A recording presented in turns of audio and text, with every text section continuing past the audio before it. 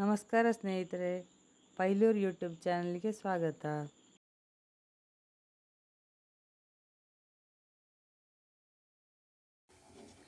ಇವತ್ತು ಬಸಳೆ ಸಾಂಬಾರು ಮಾಡ್ತಾ ಇದ್ದೇವೆ. ಬಸಳೆ ಎಲೆ ಅಂದರೆ ಸೊಪ್ಪು ಉಳಿದದನ್ನು ಸ್ವಲ್ಪ ಪಲ್ಯ ಮಾಡಲಿಕ್ಕಿದ್ದೇವೆ. ಬಸಳೆ ಸಾಂಬಾರಿಗೆ ಬಟಾಣಿ, ಬಸಳೆ ಸೊಪ್ಪು, ದಂಟು ಇದಿಷ್ಟನ್ನು ಹಾಕಿಕೊಂಡಿದ್ದೇನೆ. ಅದು ಬೇಯ್ತಾ ಇದೆ. ಇದನ್ನು ಕುಕ್ಕರಲ್ಲಿ ಬೇಯಿಸಿಕೊಂಡು ಈ ಪಾತ್ರಕ್ಕೆ ಹಾಕಿ ಉಪ್ಪು ಹಾಕಿ ಬೇಯಿಸ್ಕೊಳ್ತಾ ಇದ್ದೇನೆ. ಇದೀಗ ಬಸಳೆ ಪಲ್ಯಕ್ಕೆ ಒಗ್ಗರಣೆ ರೆಡಿ ಮಾಡಿಕೊಂಡಿದ್ದೇನೆ. ಸಾಸಿವೆ, ಉದ್ದಿನಬೇಳೆ, ಎಣ್ಣೆಯ ಒಗ್ಗರಣೆ ರೆಡಿ ಮಾಡಿಕೊಂಡಿದ್ದೇನೆ. 4 ಹಸಿಮೆಣಸು, ಸ್ವಲ್ಪ ಕರಿಬೇವಿನ ಸೊಪ್ಪನ್ನು ಈ ರೀತಿ ಕಟ್ ಮಾಡಿ ಇಟ್ಟುಕೊಂಡಿದ್ದೇನೆ. ಇದು ಬಸಳೆಯನ್ನು ಈ ರೀತಿ ಕಟ್ ಮಾಡಿ ಆಗಿದೆ. ಸಾಸಿವೆ ಸಿಡಿತಾ ಇದೆ. ಈಗ ಇದನ್ನು ಹಾಕಿಕೊಳ್ತಾ ಇದ್ದೇನೆ.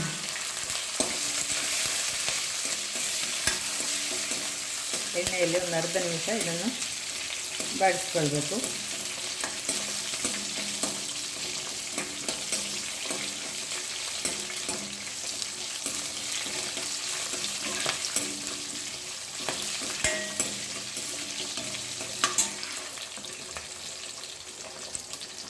ಆಮೇಲೆ ಈ ಬಸಳೆ ಕಟ್ ಮಾಡಿದ್ದನ್ನು ಈ ಒಗ್ಗರಣೆಗೆ ಸೇರಿಸ್ಕೊಳ್ತಾ ಇದ್ದೇನೆ. ಇದನ್ನೀಗ ಒಗ್ಗರಣೆಯಲ್ಲಿ ಚೆನ್ನಾಗಿ ಒಮ್ಮೆ ಮಿಕ್ಸ್ ಮಾಡಿಕೊಳ್ಳಬೇಕು.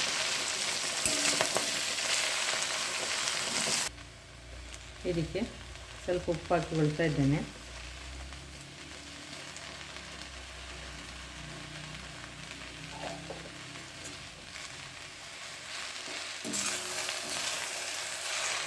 ಇದಕ್ಕೆ ನೀರು ಹಾಕೋದು ಬೇಡ. ಉರಿ ಸಿಮ್ಮಲ್ಲಿಟ್ಟುಕೊಂಡು ಈ ರೀತಿ ಇದನ್ನು ಬೇಯಿಸ್ಕೊಳ್ಬೇಕು.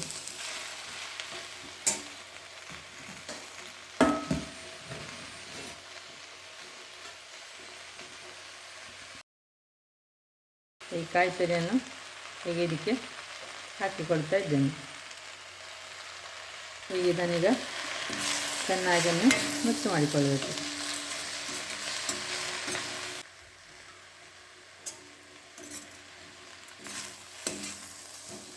ಮಿಕ್ಸ್ ಮಾಡಿ ಆದಮೇಲೆ ಮುಚ್ಚಳ ಮುಚ್ಚಿ ಇದನ್ನು ಬೇಯಿಸಿಕೊಳ್ಬೇಕು.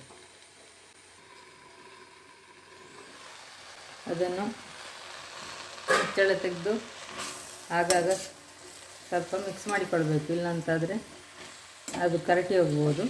ಅಂದರೆ ನೀರೆಲ್ಲ ಹಾಕೋದಿಲ್ಲಲ್ಲ, ಆದ ಕಾರಣ.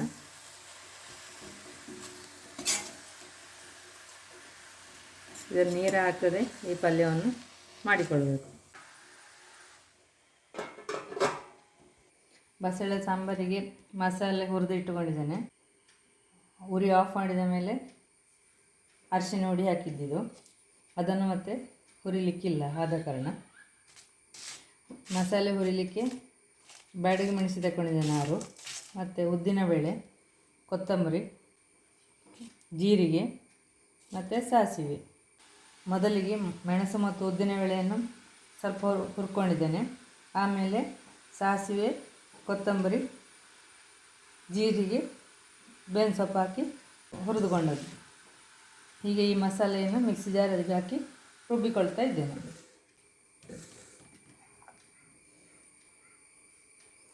ಸ್ವಲ್ಪ ಕಾಯಿ ತುರಿ ಹಾಕ್ತಾ ಇದ್ದೇನೆ.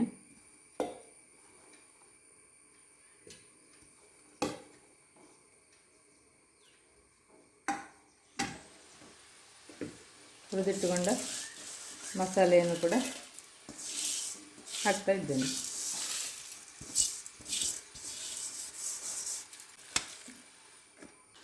ಹುರಿಯುವಾಗ ಇಂಗು ಕೂಡ ಹಾಕಿಕೊಳ್ಬೋದು. ನಾನು ಹಾಕಿಕೊಳ್ಳಿಲ್ಲ. ಬಸಳೆ ಪರಿಮಳ ಜಾಸ್ತಿ ಬರಲಿಕ್ಕೆ ಬೇಕಾಗಿ ಇಂಗು ಹಾಕಿಕೊಳ್ಳಿಲ್ಲ ನಾನು. ಇಂಗು ಬೇಕಿದ್ದರೆ ಹಾಕಿಕೊಳ್ಬೋದು ಮಸಾಲೆ ಹುರಿಯುವಾಗ. ಈಗ ಇದನ್ನು ರುಬ್ಬಿಕೊಳ್ತಾ ಇದ್ದೇನೆ. ಸಾಂಬಾರಿಗೆ ಇರುವುದನ್ನು ರುಬ್ಬಿಯಾಗಿದೆ. ಈಗ ಇದನ್ನು ಆ ಹೋಳುಗಳಿಗೆ ಸೇರಿಸಿಕೊಳ್ತಾ ಇದ್ದೇನೆ.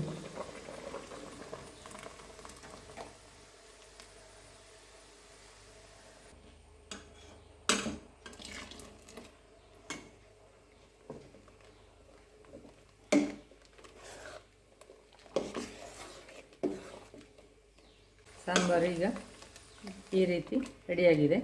ಇದನ್ನೀಗ ಚೆನ್ನಾಗಿ ಕುದಿಸಿಕೊಳ್ಬೇಕು. ಮತ್ತೊಂದೆಂತ ಅಂದರೆ ಸಾಂಬಾರು ಮಸಾಲೆ ಹುರಿಯುವಾಗ ಇದಕ್ಕೆ ಮೆಂತ್ಯ ಹಾಕಲಿಕ್ಕಿಲ್ಲ. ಬಸಳೆ ಎಲೆಯಿಂದ ನೀರು ಬಿಟ್ಟಾಗ ಆಗಿದೆ ನೋಡಿ. ನೀರು ನಾವು ಹಾಕಲೇ ಇಲ್ಲ, ಆದರೂ ಕೂಡ ಈ ರೀತಿಯಾಗಿ ಅದರಿಂದಲೇ ನೀರು ಬಿಟ್ಟುಕೊಳ್ತದೆ.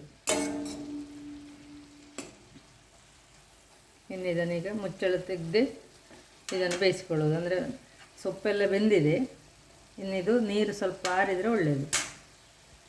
ಆದ ಕಾರಣ ಇನ್ನು ಮುಚ್ಚಳ ಮುಚ್ಚಿಕೊಳ್ಳೋದು ಬೇಡ. ನೋಡಿ, ಪಲ್ಯದು ನೀರು ಆರಿದೆ.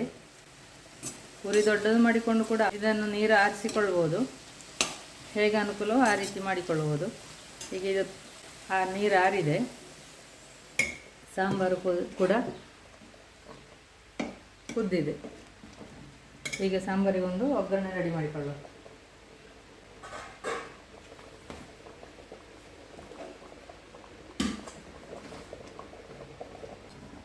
ಸಾಸಿವೆ ಮತ್ತು ಎಣ್ಣೆ ಹಾಕಿ ಒಂದು ಒಗ್ಗರಣೆ ಸಾಂಬಾರಿಗೆ ಹಾಕಿಕೊಳ್ಳುವ.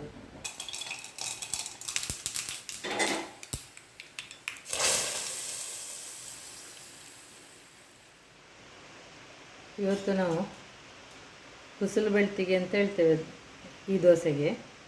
ಅಂದರೆ ಕುಚ್ಚಲಕ್ಕಿ ಮತ್ತು ಬೆಳ್ತಿಗೆ ತಗೊಳ್ಳೋದು. 1 ಲೋಟ ಕುಚ್ಚಲಕ್ಕಿ, 1 ಲೋಟ ಕುಚ್ಚಲಕ್ಕಿ, 2 ಲೋಟ ಬೆಳ್ತಿಗೆ ತಗೊಂಡಿದ್ದೇನೆ. ಈಗ ಮೊದಲಿಗೆ ಈ ಕುಚ್ಚಲಕ್ಕಿಯನ್ನು ಮಿಕ್ಸಿ ಜಾರಿಗೆ ಹಾಕಿ ರುಬ್ಬಿಕೊಳ್ತಾ ಇದ್ದೇನೆ.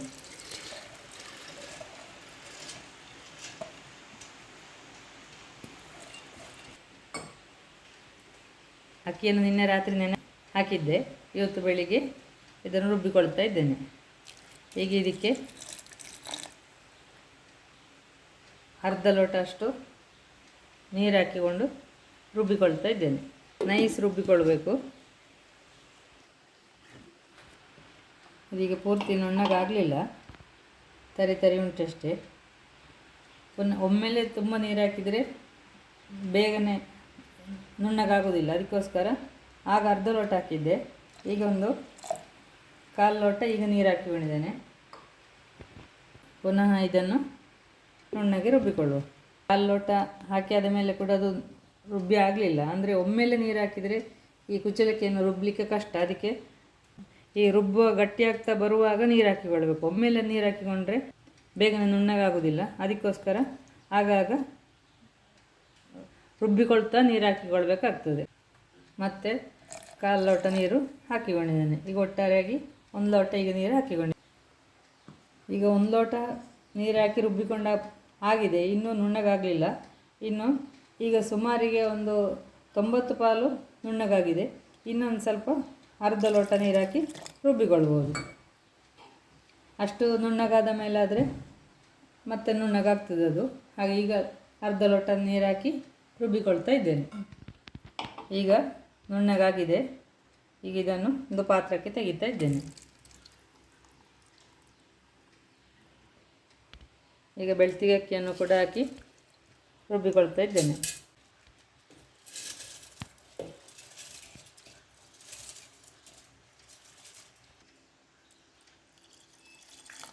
ಅದಕ್ಕೀಗ ಅರ್ಧ ಲೋಟ ನೀರು ಹಾಕಿಕೊಂಡಿದ್ದೇನೆ. ಇದಕ್ಕೊಂದು ಸ್ವಲ್ಪ ಉಪ್ಪು, ಈಗ ರುಚಿಗೆ ತಕ್ಕಷ್ಟು ಉಪ್ಪು ಹಾಕಿಕೊಂಡಿದ್ದೇನೆ. ಇದನ್ನೀಗ ನುಣ್ಣಗೆ ರುಬ್ಬಿಕೊಳ್ಳುವ. ನೋಡಿ, ಇದು ನುಣ್ಣಗೆ ರುಬ್ಬಿ ಆಗಿದೆ. ಈಗ ಇದನ್ನು ಈ ಪಾತ್ರಕ್ಕೆ ಹಾಕಿಕೊಳ್ತಾ ಇದ್ದೇನೆ.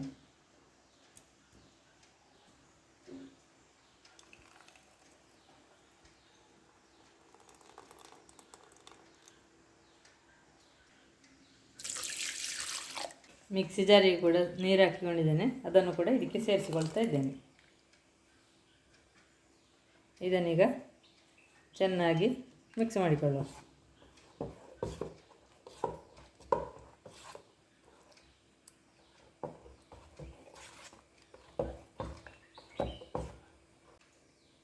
ಮಿಕ್ಸಿ ಜಾರಿಗೆ ಹಾಕುವಾಗ ಅರ್ಧ ಲೋಟ ನೀರು ಹಾಕಿಕೊಂಡಿದ್ದೇನೆ.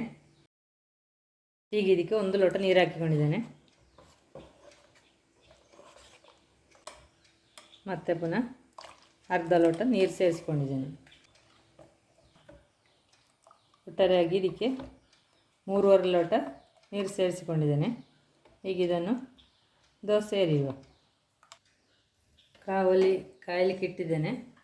ಇದಕ್ಕೆ 1-2 ಡ್ರಾಪು ತೆಂಗಿನೆಣ್ಣೆ ಹಾಕಿಕೊಂಡಿದ್ದೇನೆ. ಚೆನ್ನಾಗಿ ಪಚೆ ಮಾಡಿಕೊಂಡಾದ ಮೇಲೆ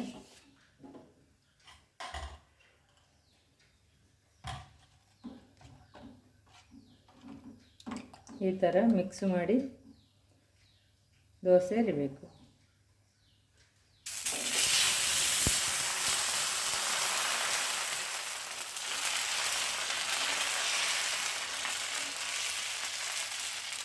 ಈ ಕುಚ್ಚಲಕ್ಕಿಯ ಪರಿಮಳ ಇರೋದರಿಂದ ದೋಸೆಗೆ ಕೂಡ ಬಹಳ ಪರಿಮಳವಾಗಿರ್ತದೆ.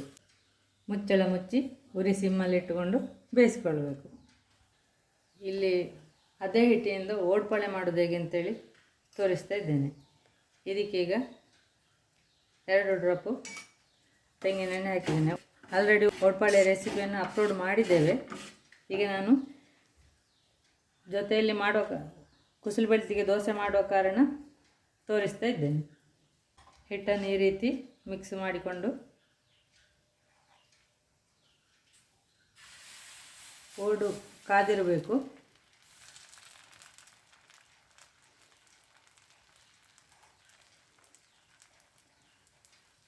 ಈ ರೀತಿಯಾಗಿ ಹಿಟ್ಟು ಹಾಕಿಕೊಂಡಿದ್ದೇನೆ.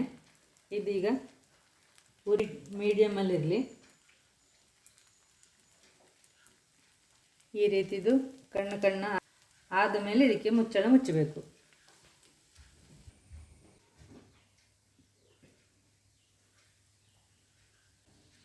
ಮುಚ್ಚಳ ತೆಗೆದಿದ್ದೇನೆ. ಉರಿ ದೊಡ್ಡದು ಮಾಡಿಕೊಂಡಿದ್ದೇನೆ. ಈ ದೋಸೆಗೆ ನೀವು ಎಣ್ಣೆ ಆದರೂ ಹಾಕಿಕೊಳ್ಳಬಹುದು, ತುಪ್ಪ ಆದರೂ ಹಾಕಿಕೊಳ್ಬೋದು. ಯಾವುದು ಬೇಡ ಅಂದರೂ ಹಾಗೆ ಕೂಡ ತಿಂದ್ಕೊಳ್ಬೋದು. ಮೇಲಿಂದ 1-2 ಡ್ರಾಪ್ ಎಣ್ಣೆ ಹಾಕಿ ಈ ಥರ ಕವುಚಿ ಹಾಕಿದರೆ ಅದೊಂದು ಪರಿಮಳ ಬರ್ತದೆ. ಅದಕ್ಕೋಸ್ಕರ ನಾನು ಈ ರೀತಿ ಕವುಚಿ ಹಾಕಿಕೊಳ್ತಾ ಇದ್ದೀನಿ.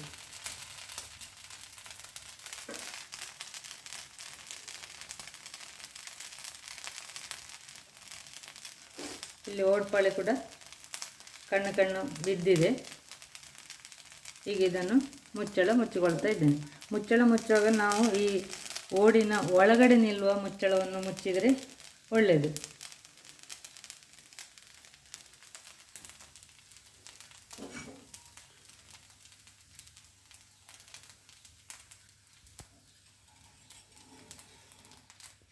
ಈ ರೀತಿ ದೋಸೆ ತೆಗಿಬೇಕು.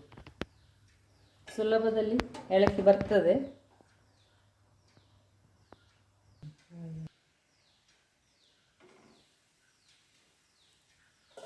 ಓಡ್ಪಾಳೆ ಕೂಡ ಬೆಂದಿದೆ.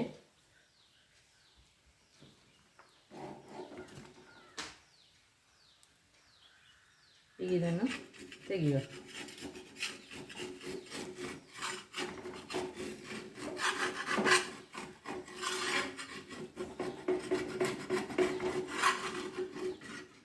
ನೋಡಿ,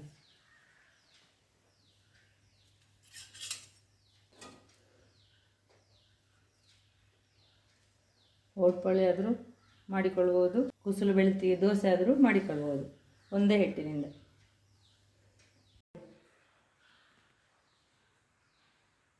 ಎರಡು ತಿಂಡಿ ರೆಡಿಯಾಗಿದೆ. ಇದಕ್ಕೆ ಬಸಳೆ ಸಾಂಬಾರು ರೆಡಿ ಇದೆ, ಪಲ್ಯವೂ ರೆಡಿಯಾಗಿದೆ. ಇನ್ನು ತಿಂಡಿ ತಿನ್ನೋದೆ ನಾವು. ವಿಡಿಯೋ ನೋಡಿದ್ದಕ್ಕಾಗಿ ಧನ್ಯವಾದಗಳು.